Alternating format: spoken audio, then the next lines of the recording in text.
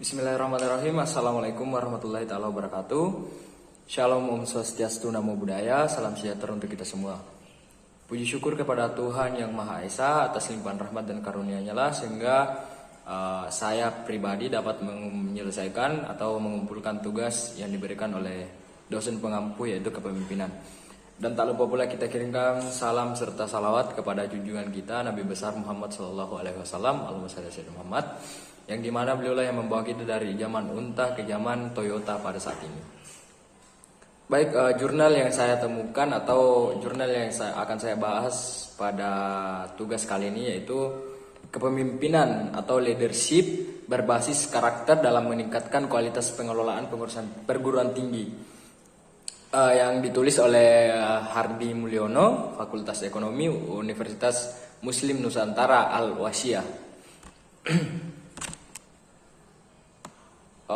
Dituliskan di sini abstraknya yaitu pemimpin itu mempunyai sifat, kebiasaan, temperamen, watak dan kepribadian sendiri yang unik dan khas sehingga tingkah laku dan gayanya yang membedakan dirinya dari orang lain. Gaya atau style hidupnya ini pasti akan mewarnai perilaku dan tipe semangat dan tipe kepemimpinannya. Kepemimpinan merupakan kekuatan paling aspirasional, kekuatan semangat dan kekuatan moral yang kreatif, yang mampu mengaruhi para anggota, yang dimana kita bisa dilihat dari pengertian kepemimpinan itu, yaitu pemimpin harus dapat mempengaruhi anggotanya untuk dapat sejalan dengan pemimpinnya, seperti itu. Nah, padahal sistematisnya pemimpin merupakan sosok yang menjadi teladan panutan bagi yang dipimpinnya. Beberapa tipe kepemimpinan secara umum adalah autokratik, karismatik, laissez-faire, demokratik. Nah, untuk melakukan perbaikan mutu, tetapi kalau setiap kali dan dalam setiap hal harus memberi perintah atau pengarahan akan menimbulkan kesulitan. Karena setiap akan melakukan pekerjaan dengan baik itu harus dengan perintah pemimpin. Dan kalau tidak ada perintah pimpinan dengan baik itu harus dengan perintah yang tidak dilakukan oleh pemimpin akan sulit diwujudkan. Seorang pemimpin memotivasi pengikut melalui gaya kepemimpinan yang berbasis kreatif kearifan lokal, yaitu gaya pemimpin berbasis karakter. Dalam mewujudkan ini diperlukan saat ini gaya manajemen kepemimpinan yang mengintegrasikan 18 nilai-nilai karakter building ke dalam gaya kepemimpinan pengelolaan PT sehingga tercapai visi dan misi dari perguruan tinggi. Adapun rumusan masalah itu, bagaimanakah pola pemimpin dalam pengelolaan perguruan tinggi yang diintegrasikan dalam 18 karakter bangsa?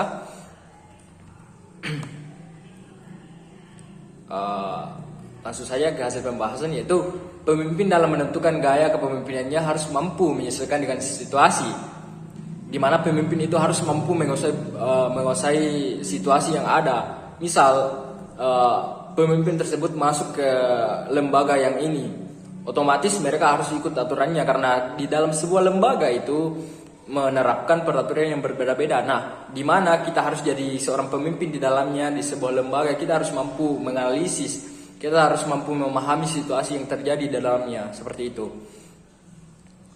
Nah, pemimpin-pemimpin yang berhasil adalah mereka yang bisa menyesuaikan perilaku dirinya sesuai dengan tuntutan diri keunikan lingkungannya.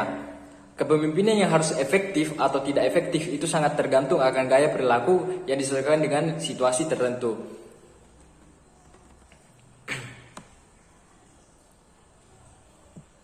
Nah, menurut Siagian 2008 ada 5 kategori gaya kepemimpinan yang dapat digunakan seorang pemimpin, yaitu tipe autokratik, kedua paternalistik, dan yang ketiga karismatik, keempat laissez-faire, yang terakhir demokratik. Adapun teori sifat yang ditulis yaitu trait teori atau trait teori. Aspek kepribadian seperti intelektualisasi, emosi, keadaan fisik, dan sifat-sifat pribadi lainnya. Itu teori ini memusatkan perhatiannya pada dua aspek, yaitu aspek pertama yaitu menekankan pada fungsi-fungsi yang dilakukan pemimpin dalam kelompoknya agar kelompok berjalan dengan efektif. Seseorang harus melaksanakan dua fungsi utama, yaitu fungsi yang berhubungan dengan tugas atau pemecahan masalah yang menyangkut pemberian saran, penyelesaian informasi dan pendapat. Nah, fungsi kedua yaitu fungsi-fungsi pemeliharaan kelompok atau sosial, mencakup segala sesuatu, dapat membantu kelompok berjalan lebih lancar, persetujuan dengan kelompok lain, menengahan perbedaan pendapat dan sebagainya. Aspek kedua yaitu mendekatan perilaku kepemimpinan, memusatkan pada gaya pemimpin dalam hubungannya dengan bawahan. Di mana kita sebagai seorang pemimpin, misalnya saya sebagai seorang pemimpin, saya harus mampu berbaur dengan anggota saya. Nah, di mana saya dapat berbaur dengan anggota saya dapat memerintah atau mempengaruhi mereka dalam konteks pemerintahan ataupun dalam konteks lembaga seperti itu. Nah, teori yang kedua yaitu teori situasional, yang dimana pendekatan situasional ini kontingensinya menggambarkan bahwa gaya yang digunakan tergantung pada faktor-faktor seperti situasi, tugas, organisasi, dan variabel-variabel lingkungan lainnya. Teori situasional yang terkenal adalah ada Robert Tannenbaum dan Warren H. Smith. Yang kedua yaitu Wilder, Hersey, dan Blackher. Leader member exit theory, path goal theory, dan participation model. Teori selanjutnya yaitu teori perilaku, di mana menggambarkan perilaku spesifik, membedakan pemimpin dan yang bukan pemimpin. Dapat kita lihat bahwa perilaku seorang pemimpin itu kan perilakunya memerintah dan lain sebagainya. Sedangkan anggota itu kan bawahan atau yang diperintah. Nah, dari situ bisa kita simak yang mana seorang anggota dan yang mana seorang pemimpin. Mungkin kita sebagai orang awam pun atau seorang intelektual yang tinggi, kita dapat mampu membedakan yang mana kepemimpin, yang mana mempunyai seorang pemimpin dan watak pemimpin, dan yang mana yang disebut seorang anggota, seperti itu. Selanjutnya teori transformasional. Teori kepemimpinan berkembang menuju ke banyak arah seperti kepemimpinan transformasional. Kepemimpinan transformasional adalah gaya yang digunakan bergantung pada faktor-faktor seperti situasi, karyawan, tugas, organisasi, dan variabel-variabel lingkungan lainnya. Ada 4 unsur yang mendasari kepemimpinan transformasional, yaitu karisma, inspiration, intellectual simulasi, individualized consideration. Nah, di mana kita dapat melihat dari 4 kepemimpinan transformasional itu karisma. Seorang harus berkarisma untuk dapat menjadi sebuah contoh. Kedua, kita dapat menjadi inspirasi kepada bawahan, di mana kita tidak mempunyai yang namanya kepemimpinan karismatik atau inspiration. Kita tidak dapat mempengaruhi bawahan kita, di mana bawahan kita tak menganggap kita sebagai pemimpin tapi tidak dapat mempengaruhi dengan cara menginspirasi mereka. Itu kan perbuatan yang salah sebagai seorang pemimpin. Intelektual simulasi, kita harus mempunyai intelektual yang simulation, di mana kemudian kita dapat mempunyai intelektual yang tinggi. Kita mampu mempengaruhi anggota-anggota kita, di mana kita mempunyai intelektual yang lebih tinggi dibandingkan mereka, seperti itu. Selanjutnya, pengertian 18 nilai karakter tersebut di atas adalah sebagai berikut. Adapun 18 pengertian karakter, yaitu pertama, religius, yang dimana sikap dan perilaku yang patuh dalam melaksanakan ajaran agama yang dianut, dimana kita harus religius di dalam sebuah memimpin. Karena peraturan yang ada di dalam agama itu harus kita pahami betul-betul, di mana kita dapat mematuhi peraturan, kita akan takut berbuat salah. Nah, di mana seorang pemimpin takut berbuat salah, itulah pemimpin yang sebenarnya. Karena di mana atasan saja melakukan kesalahan, bagaimana bawahannya. Kedua, yaitu bersifat jujur. Perilaku yang didasarkan pada upaya menjadikan dirinya sebagai orang yang selalu dapat dipercaya dalam perkataan, tindakan, dan pekerjaan. Perlu kita pahami, kejujuran atau kepercayaan seseorang itu kepada kita, apalagi seorang pemimpin, itu sangatlah susah didapatkan. Perlu kita pahami bahwa satu kesalahan saja dapat merusak kepercayaan seseorang. Makanya ada pepatah mengatakan 1000 kebaikan akan dilupakan dengan satu kesalahan. Makanya kita sebagai pemimpin haruslah memegang teguh yang namanya kepercayaan dari manapun, anggota apa segala macam, kita harus mampu menjaga kepercayaan mereka. Karena di mana kepercayaan mereka rusak, kita sebagai pemimpin itu sudah cacat di mata mereka. Yang ketiga, toleransi, sikap dan tindakan yang menghargai perbedaan agama, suku, etnis, pendapat, sikap, dan tindakan orang lain.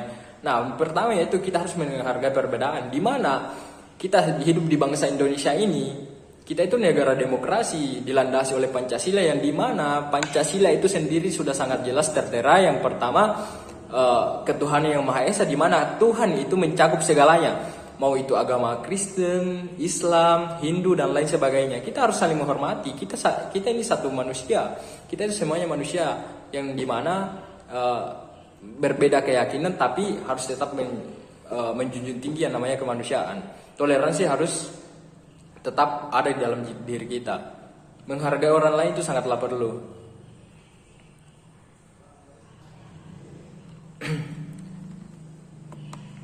Kemudian disiplin. Nah, ini poin yang paling penting ya menurut saya. Karena di mana pemimpinnya tidak disiplin, otomatis anggotanya juga akan berpikiran, pemimpin saya saja begini, masa saya harus patuh kepada mereka? Masa pemimpin saya telat datang apa segala macam, kemudian saya sebagai anggota, saya juga harus, masa saya harus begini-begini? Harusnya pemimpin itu yang bisa menjadi sebuah contoh bagi bawahannya atau anggotanya, seperti itu. Poin kelima yaitu kerja keras, yang dimana kita sebagai pemimpin itu, biar anggota siapapun itu harus memiliki sifat yang namanya kerja keras. Yang ketiga itu kreatif, berpikir yang melakukan sesuatu untuk menghasilkan hasil baru dari suatu yang telah dimiliki, yang dimana kita memiliki sebuah wawasan atau apapun itu. Misal kita mendapatkan ilmu dari buku, nah ilmu tersebut itu bisa kita kembangkan dari buku-buku lain. Semua buku itu terkait, semua ilmu itu terkait, seperti itu. Yang kedua itu mandiri, kita harus mandiri sebagai seorang pemimpin. Yang kedua itu demokratis. Ke-9 rasa ingin tahu. Ke-10 semangat kebangsaan. Yang ke-11 cinta tanah air. Oh, ini sangat penting. Mungkin kawan-kawan yang lain sudah sangat paham ya. Yang ke-12 menghargai prestasi. Ke-13 bersahabat. Oh, ini kayak termasuk di poin kedua tadi ya. Cinta damai, gemar membaca. Ini paling sangat penting juga. Karena di mana seseorang itu gemar membaca, otomatis intelektualnya akan terdukung. Karena pembelajarannya sebenarnya itu ada di buku. Peduli lingkungan.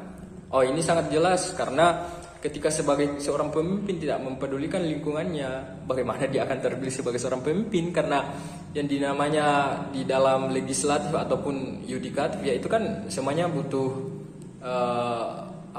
berdemokrasi lah istilahnya, karena harus ada caleg ke apa segala macam. Otomatis kalau tidak peduli dengan lingkungannya, mereka akan. Tapi begini, ketika banyak seorang pemimpin itu ketika melakukan kampanye ya, itu mereka sangat peduli terhadap lingkungannya. Tapi setelah dia duduk di kursi teratas ataupun di jabatannya, mereka itu seolah-olah melupakan semua apa yang telah mereka hamburkan kepada masyarakat. Dalam artian mereka menuaikan janji-janji apa segala macam, tapi ketika sudah duduk di kursi pemerintahan, mereka lupa segalanya. Kebanyakan pemimpin seperti itu ya. Poin yang ke-17 yaitu peduli sosial, sikap dan tindakan yang selalu ingin memberi bantuan pada orang lain dan masyarakat yang membutuhkan. Itu sangat penting juga. Nah, yang poin terakhir yaitu tanggung jawab. Nah, di mana seorang pemimpin itu harus mampu sangat teguh dalam mengambil tanggung jawab. Karena di mana kita mampu mengambil sebuah tanggung jawab, otomatis semua yang kita kerjakan itu akan sangatlah relatif kepada diri kita sendiri, karena sifat tanggung jawab itu dapat memberikan contoh pula kepada bawahan-bawahan kita sebagai seorang pemimpin. Dan terakhir, kesimpulan. Inovasi manajemen kepemimpinan dalam pengelolaan perguruan tinggi diintegrasikan yang di dalam nilai 18 karakter bangsa tadi merupakan sebuah konsep ajaran agama dan budaya yang dianut. Namun kenyataan trennya mengadopsi gaya pemimpin pola dari barat yang ternyata belum tentu cocok dengan budaya yang ada di masyarakat kita. Mungkin sekian dari saya, lebih kurangnya mohon dimaafkan. Saya Muhammad Rizal dari kelas Ilmu Politik B dengan NIM F01215115 mengucapkan mohon maaf yang sebesar-besarnya apabila di presentasi saya tadi ada memiliki salah kata ataupun berlebihan kata. Saya pribadi mengucapkan permohonan maaf yang sebesar-besarnya. Sekian dari saya. Wabillahi taufiq wal hidayah. Assalamualaikum warahmatullahi wabarakatuh.